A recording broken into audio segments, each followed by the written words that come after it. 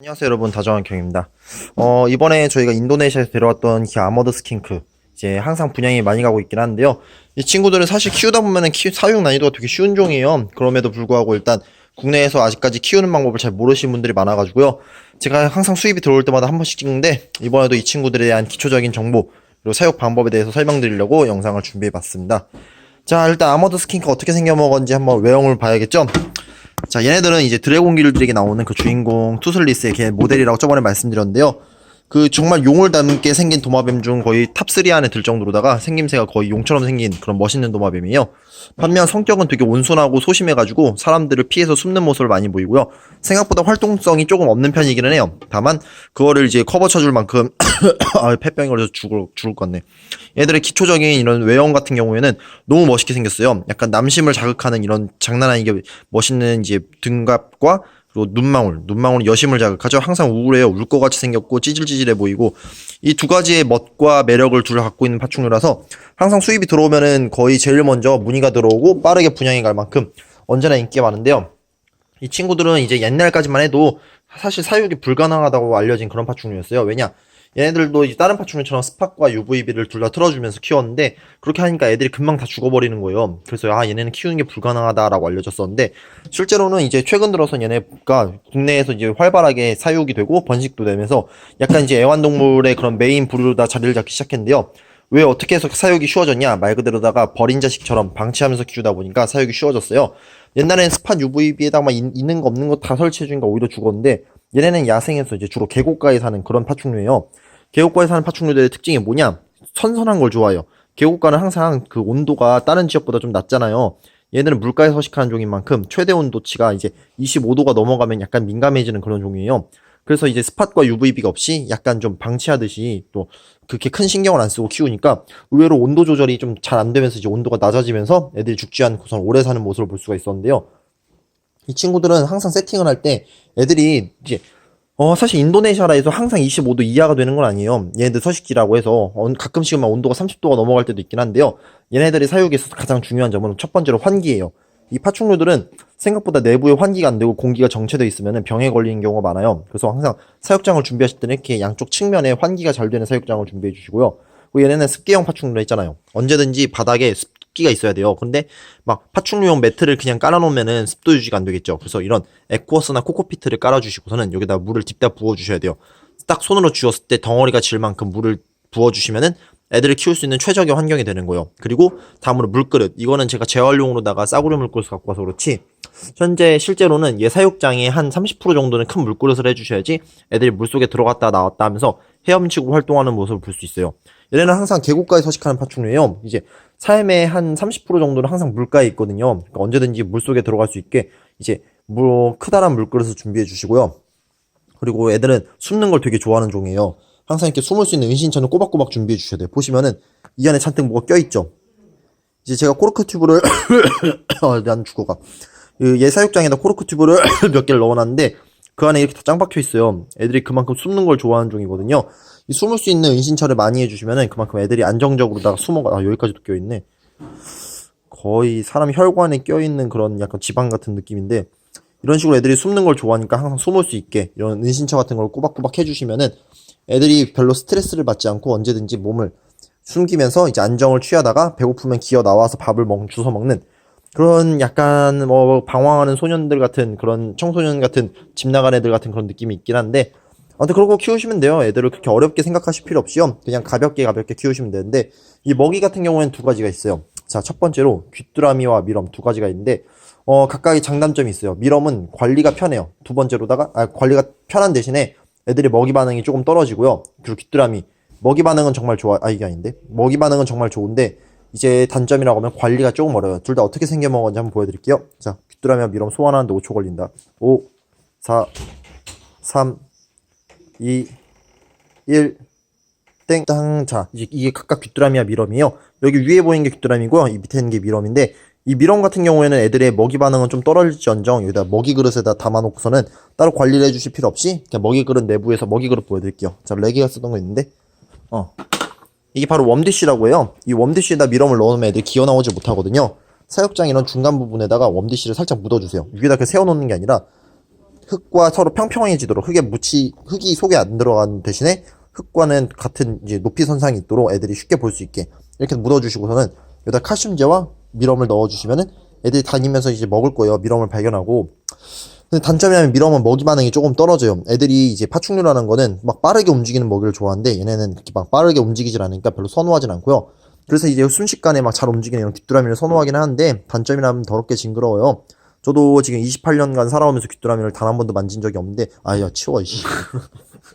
이 귀뚜라미 같은 경우에는 이제 관리도 좀 짜증나요. 지들끼리 자꾸 뜯어먹고 막 이런 경우도 있긴 한데 일단 먹이 반응으로 있어서는 귀뚜라미는 정말 최고예요. 뭐 둘 중 하나인데 뭐 어떤 걸 선택하시든 그거는 제가 키우는 게 아니까 제 할 바는 아니고요. 각자 맞는 걸 이제 선택을 해서 키우시면 돼요. 그리고 내부의 습도를 왕창 올리고 이렇게 환경을 맞춰주셨어요. 그러면 다음으로 중요한 게 뭐냐? 아까 전에 말했듯이 환기예요. 환기는 항상 잘 되도록 하셔야 돼요. 이게 온도가 얘네가 25도라 해서 25도를 맞췄다 해서 끝나는 게 아니에요. 내부가 환기가 안 되면은 안에 습기가 엄청 차겠죠. 그러면은 애들이 폐병에 걸려요. 사람도 엄청 습한 사우나에서 한 막 3일 내내, 일주일 내내 있다고 생각해봐요. 분명 폐에 뭔가 기관지에 문제가 생기겠죠. 이 파충류도 똑같아요. 내부에 어느 정도 환기가 될 수 있는 그런 쿨링 시스템이 돼야 돼요. 그런 게 안 될 경우에는 애들이 케어가 너무 안 돼가지고 뭐 기관지에 병이 걸려서 죽는 경우가 종종 있을 거예요. 자, 그 다음으로다가 얘네들의 기초적인 암수 구별법을 보여드릴게요. 아, 내가 이렇게 도마뱀 막 암컷인지 수컷인지 구별이 나게 될 줄이야. 자, 잡고 있어봐. 얘네들의 암수 구별을 잘 못하시는 분들이 되게 많은데요. 얘네들을 이번 기회에 암수 구별을 알려드릴게요. 아, 귀뚜라미 붙어있는데? 잠깐만. 꼬리도 치우고. 오케이. 얘네들은 이제 외형으로도 암수 구별은 조금 힘든 편이에요. 대체로 수컷이 암컷보다 머리가 크긴 한데 그것만으로는 구별이 조금 힘들고요. 자, 구별을 위해서는 뒤집어 봐야 돼요. 자, 암컷 같은 경우는 이 발가락이 그냥 별 차이가 없어요. 발가락이 평범하게 생겼어요. 발가락 모양에 뭐 별다른 차이가 없는데 수컷을 보시면은 자, 수컷이 어디겠냐. 잠시만요. 수컷 좀 찾아볼게요. 얘도 아니고 얘도 아니고 다 똑같이 생겨먹어가지고 씨. 오 좋겠다. 여기 암컷 죄다 암컷들이야. 여기는 수컷을 못 받았네. 자, 이게 수컷이거든요. 수컷은 암컷이랑 다르게 자, 여기 화면 잘 봐줘. 오케이. 발가락 보면은 여기에 물에 불어 터진 것처럼 여기 패드라는 게 있어요.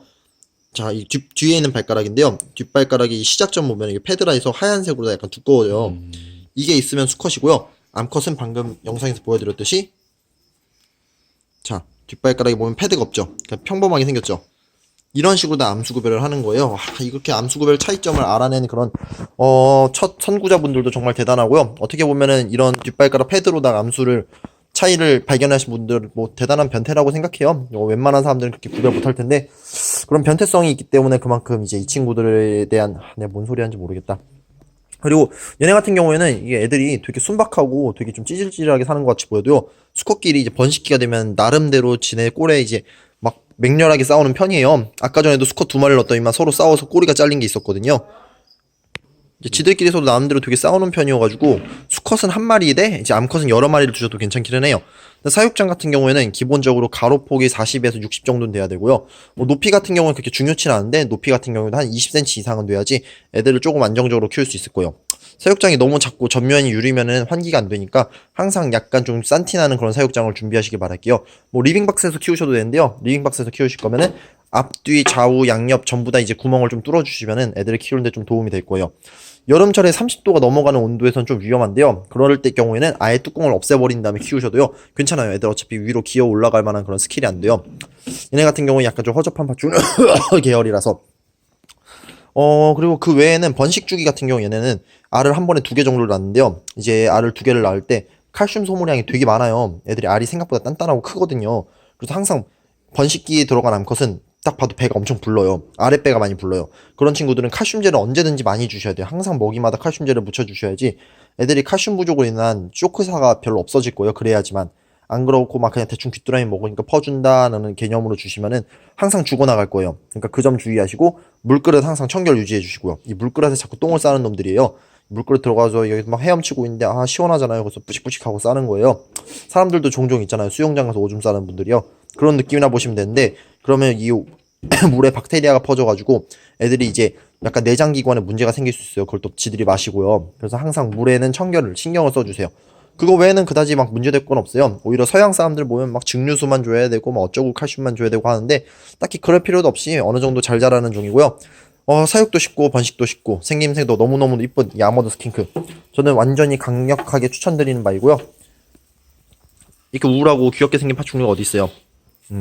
얘네 같은 경우 종류가 총 3종이 있다고 하는데요. 국내에 퍼지고 있는 화이트 아이 아머드하고 일반 아머드 스킨크, 이 두 종이 대표적인 것 같고요. 항상 귀엽게 생겼어요. 미묘하게 사람 눈치 보는 것도 되게 귀엽기도 하고요.